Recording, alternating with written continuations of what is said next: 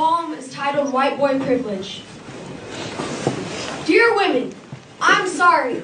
Dear black people, I'm sorry.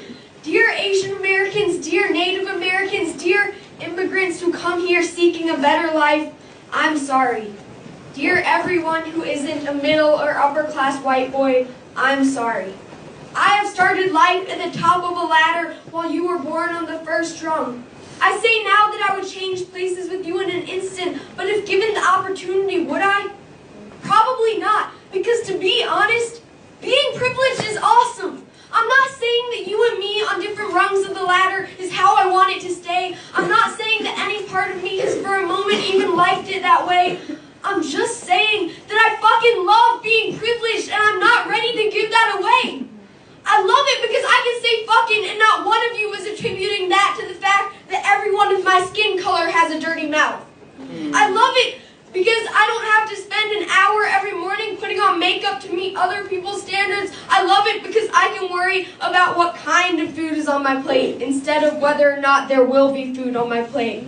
I love it because when I see a police officer, I see someone who's on my side. To be honest, I'm scared of what it would be like if I wasn't on the top rung, if the tables were turned and I didn't have my white boy privilege safety blanket to protect me. If I lived a life lit by what I lack, not what I have. If I lived a life in which when I failed, the world would say, told you so. If I lived the life that you live. When I was born, I had a success story already written for me. You were given a pen and no paper. I've always felt that that's unfair, but I've never dared to speak up because I've been too scared. Well, now I realize that there's enough blankie to be shared. Everyone should have the privileges that I have. In fact, they should be rights instead. Everyone's story should be written, so all they have to do is get it read. Enough said. No, not enough said. It is embarrassing that we still live in a world in which we judge another person's character by the size of their paycheck, the color of their skin, or the type of chromosomes they have. It is embarrassing that we tell our kids that it is not their personality, but instead those same chromosomes that get to dictate what color clothes they wear and how short they must cut their hair. But most of all, it is embarrassing that we deny this, that we claim to live in an equal country in an equal world. We say that women can vote. Well, guess what? They can run a country, own a company, and throw a nasty curveball as well. We just don't give them the chance to. I know it wasn't us 8th grade white boys who created this system, but we profit from it every day.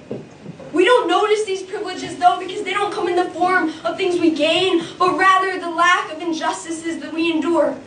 Because of my gender, I can watch any sport on TV and feel like that could be me one day.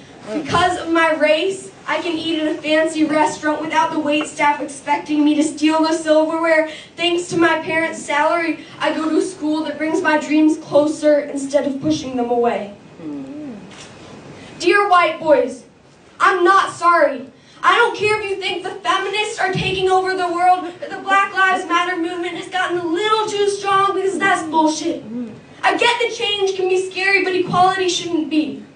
Hey, white boys, it's time to act like a woman, to be strong and make a difference. It's time to let go of that fear. It's time to take that ladder and turn it into a bridge.